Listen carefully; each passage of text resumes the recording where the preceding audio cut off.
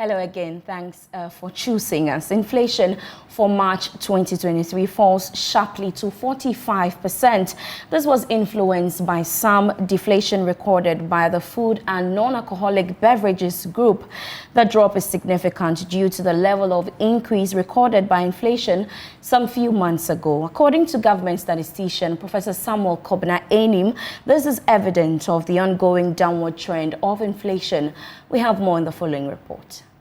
The rate of inflation for March 2023 witnessed a fall to 45% as a result of some deflation recorded in food and non-alcoholic beverage subgroups, according to the Ghana Statistical Service data. The drop is significant due to the level of increase recorded by inflation some few months ago after it declined to 52.8% in February 2023. Government statistician Professor Samuel Kobna-Enim believes that the consumer price index has been consistent with the decline since the beginning of the year, a situation he attributes to many factors. Inflation for the month of March 2023 stood at 45.0% for March 2023. This indicates a 7.8 percentage point drop relative to the rate that was recorded in the month of February 2023.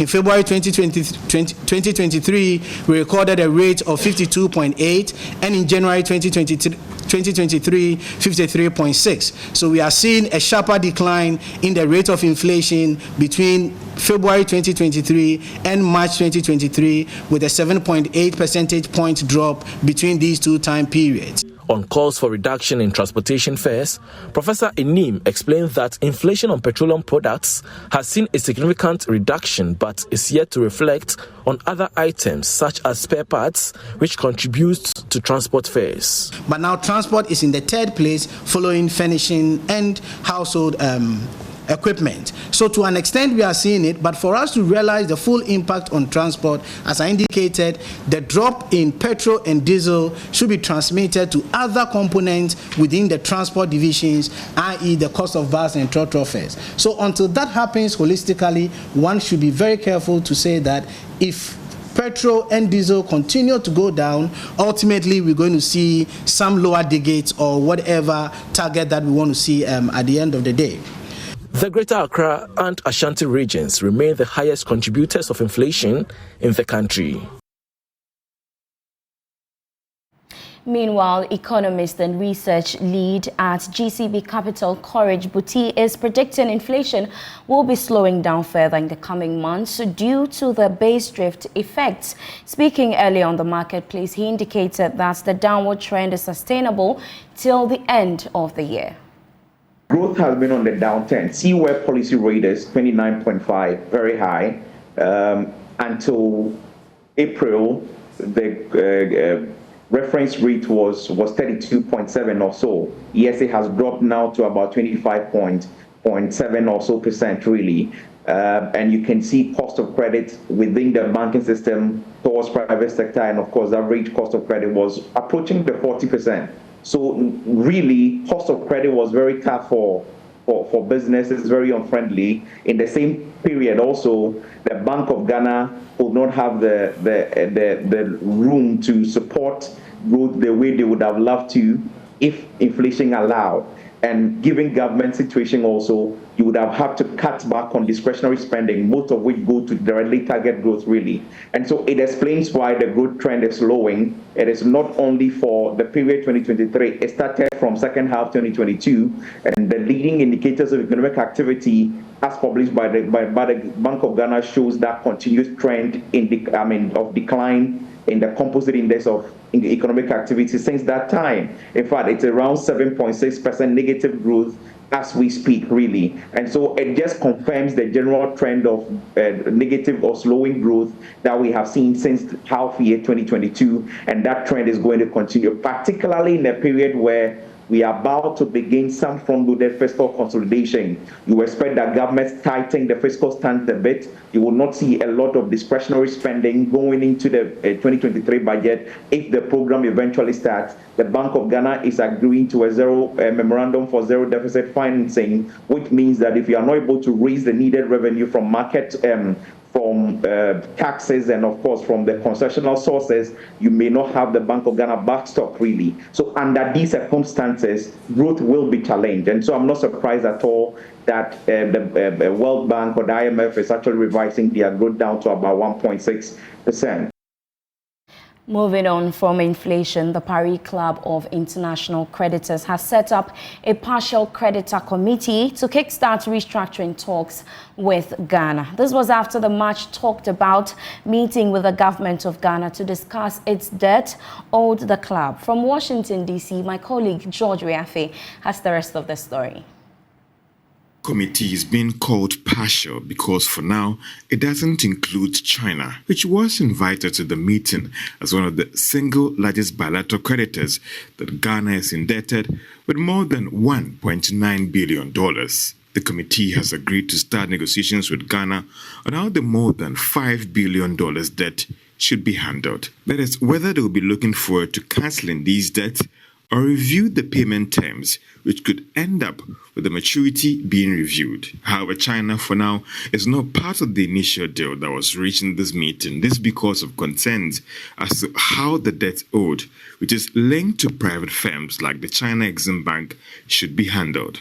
However, there are indications that China is willing to embark on further engagement and return to the table, possibly participate in this committee in terms of how the debt should be handled. Sources say China has indicated its willingness and pledge that, in principle, it is committed to participating in Ghana's financing program, but one is not sure about the form and structure.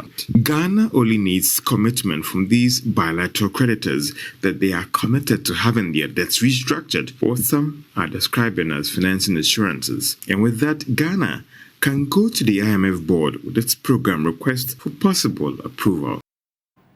And that was a report put together by George Riafe, who is in Washington, D.C., monitoring the IMF World Bank Spring meeting ongoing. Now, away from that, the International Finance Corporation has announced an investment in a risk-sharing facility worth $77 million for the Bank of Africa Group at a ceremony held in Abidjan, Côte d'Ivoire. Reacting to this, senior country manager in charge of Ghana, Karl Kilhofer, said this is to strengthen its portfolio of women-owned SMEs across all of its affiliates. Here's more in this report.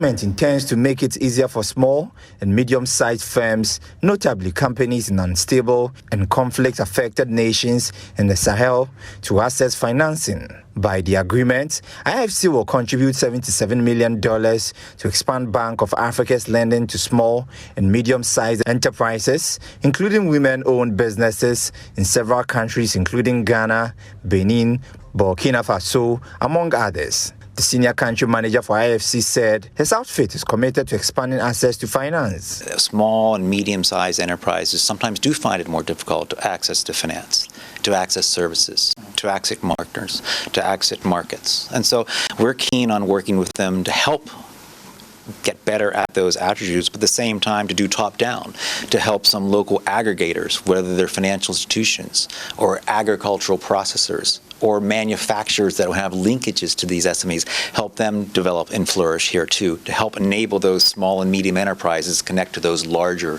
aggregators. We've been adding staff over the last year. We've been trying to do more projects, but in sectors that are actually improving to be resilient or even flourishing in this current global economy. For instance, things like manufacturing, agriculture, things like the DTRT factory that we're going to see shortly, where we're creating thousands of jobs that didn't exist 2-3 years ago. And remember, if you create 5,000 jobs in a manufacturing enterprise, that's like creating 500 SMEs with stable, safe, reliable, foreign currency earning employment for Ghana. Talking about DTRT, I've been quite following what's happening there. But some are saying, yes, it appears we do more of the exportation than keeping some of the staff in Ghana. Are there plans to also have some in Ghana? More DTRTs? Yeah. Well, we're very keen on trying to do more DTRTs. Personally, I lived here and I worked here 15 years ago, 2006, 2010. And we were trying to support DTRTs back then, the apparel market. Quite frankly, you needed a critical confluence of global competitiveness, reliable power, good infrastructure like seaports, market access, things like AGOA, and good trade routes, and competitive workforce and stability. Other markets historically 20, 30, 40 years ago, like Vietnam, like China, like Cambodia, had these attributes. So we've been active in these markets around the world. Experience in those countries was profound, to see how manufacturing and manufacturing-led exports has provided stability to the economy, growth to the economy, more and better jobs, particularly better jobs for women, okay, and large scale of exports. So for instance, like in Bangladesh, 95% of the exports are apparel, okay, and yet you've seen the GDP per capita grown to where it's now higher than India, okay, and same thing in Vietnam, where they've grown up the value chain of export-led manufacturing growth, and just created more and better jobs. A total loan portfolio of up to $154 million will be guaranteed for Bank of Africa Group, with loans going to companies in agriculture, trade, energy, and other industries. Now, crude oil prices will slide by 24.1% to an average of $73.1 a barrel in 2023. That's according to the International Monetary Fund's April 2023 World Economic Outlook report. This is from $96.4 recorded in 2022. The fund also said oil prices will continue to fall in the coming years to $65.4 in 2026. It explained that uncertainty around this price outlook is elevated in part due to the uncertain rebound in China's growth as well as the energy transition.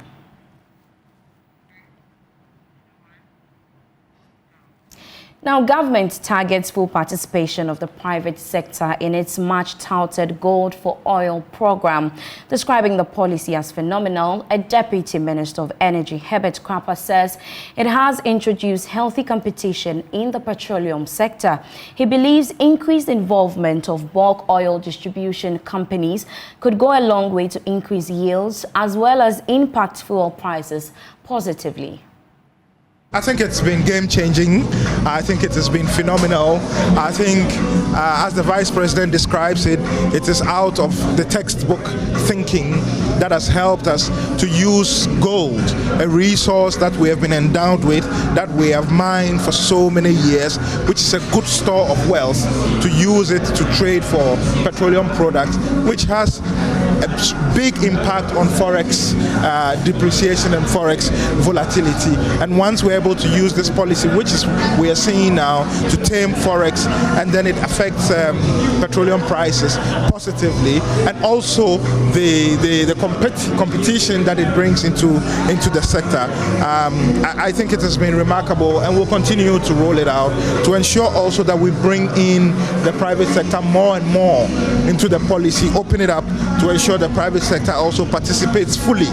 The BDCs, OMCs, they participate fully in this program, so that across the board, across the spectrum of the value chain, everyone feels part of the program, and more importantly, the consumer feels cushioned by forex volatility. You're still watching Business Live here on the Joy News channel with me, Beverly Broohm. Still to come tonight on the Joy Business Van, we feature our Daily Ghana, which recruits job seekers into various fields of work amid the country's high unemployment rate.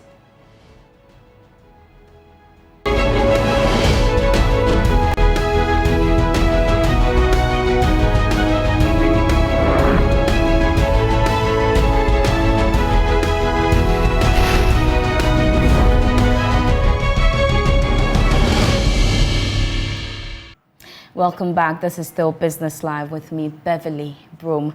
Now, Ghana's unemployment rate hit 13.4% in 2021, up from 6% in 2010. According to data from the Ghana Statistical Service, close to 33% of Ghanaians aged 15 to 24 are said to be unemployed. But human resource advisory firm Our Daily Ghana is helping job seekers to find work in various fields. The Joy Business Van meets up with Blankson Badu Bwampong, who is spearheading the agenda here in Ghana. Hello, Joy Business Van. My name is Beverly Broohm. I'm the business coordinator of Audelia Ghana. Welcome to our office. Human Resources Advisory firm Audelia, which provides professional recruitment services, was founded in 2005. Blankson Bedu Boampong got the opportunity to set up the recruitment manpower company in Ghana, focusing on finding jobs for Ghanaians across Africa and helping reduce the unemployment rate in the country. Good day, ma'am. Good day. Can you have a seat? Thank you. Your CV? Yes. Oh, Charity. Yes, madam. So this is the face behind the name. Yes. We've had several interviews via phone. Good to see you. Let's summarize the whole process. Can you just take me through your work profile? Just the work profile. All right. So far I've been with an FMCG. Charity has been looking for a job for a while now. She's among the close to 14% of the population who are currently without work in a country where unemployment is a big challenge. Just as it is a struggle for her to find a job, it is also a hectic process for firms. Recruitment is a very tedious process for a lot of companies because you need to first of all find the right person and to know if the person will fit into your working culture. And you would advertise out there. Companies will put adverts there. Maybe they are looking for example, an accountant. You see engineers applying because Ghanaian youths are anxious for a job. You see people like masons applying. Everybody is applying. And at the end of the day, this HR manager of this company is going to receive over thousands of CVs. And trust me, he or she cannot scan through all of them. There might be a good one in there, but because there are a lot, he might not be able to find that person. So these are some of the difficulties that some companies are facing. Audelia takes care of recruitment processes for firms, especially multinationals, in various sectors, including mining, oil and gas. The job portal, Ariba Jobs, is where candidates put in their details. On a daily basis, we have recruiters, the ladies in our office, they post jobs on a daily basis. So if you meet the requirement of any of the jobs that is being posted, you receive an email from Ariba Jobs saying that, okay, hey, we have this job and we saw your profile and you are a match. Are you open to have interviews? Then our people will have interviews with you, our team will have interviews with you. Then they'll send you maybe the job description, send you the offer to see if it is a salary that you are willing to take. If it's a yes, then we send you to an interview with our client, either virtual or face-to-face. Then the client says, okay, this is the person I'm looking for.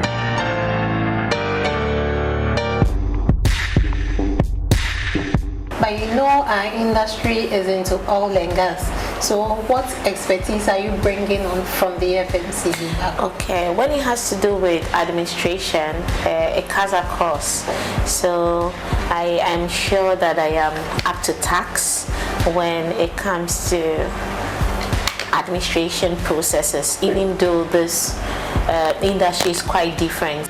Charity is going through her final interview. She's being recruited for an administrative role with an oil and gas company. The interview has been smooth and she's hoping for positive feedback. I think we are good to go. Thank you. Nice meeting you. Nice meeting you too. And I hope to hear from you soon. You will. All right. Thank you, ma. Have a great day. Audelia Ghana has so far recruited 300 job seekers since it started operating in Ghana 5 years ago. The recruits are taken through soft skills training, which is lacking among many job seekers. We work for our clients. We don't take money from the candidates. That's how we call them. We call them candidates. We don't take money from the young Ghanaians who are looking for a job because these guys don't have money. They are searching for a job. How can you take money from them? So we have an agreement with our clients. We sign an agreement with them. Say, okay, if I provide you with people, this is the amount of money I'm going to charge you based on the work that we are going to do, because we are solving the problem for you and we are saving you time too as well. That is how Audelia Ghana has sustained its operations. It also makes some revenue on payroll and taxation management services that are outsourced by clients. She's staying up after working hours. She should expect it. Blankson is having a meeting now to discuss Charity. Before a decision is made on her, there are thorough background checks and assessments. Finally, we have the perfect fit. for your role. Yes. Whoa, wow, that's amazing. And the great thing is she's so perfect that you would love her spontaneously. Wow. Yes. That's amazing to hear. She has a bit of FMCG background, but because she's worked with most contracts of oil and gas, she'll be able to sail through. Wow, wow. It looks like Charity has got the job. Blankson says feedback from clients or recruits has been good so far. Right now, Ardelia Ghana wants to expand its client reach. Blankson believes they play a crucial role in tackling unemployment.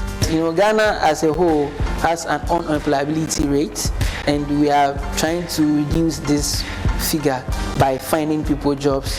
And the reason why I love this job is you are providing food for people, because once people get to work, they'll be able to provide for their families. So we believe that we are making an impact in the economy of Ghana by helping people to get good jobs. Yeah. The Joy Business Van comes your way same time next week. So please do make a date. And that's how we end Business Live tonight. For more business news, you can log on to myjoyonline.com/business. I am Beverly Broohm. But before I go, I want to say a very happy birthday to my husband, Joel Prosper Treba. I love you so much. And thank you for being the best dad and the best husband. Have a good evening, everyone.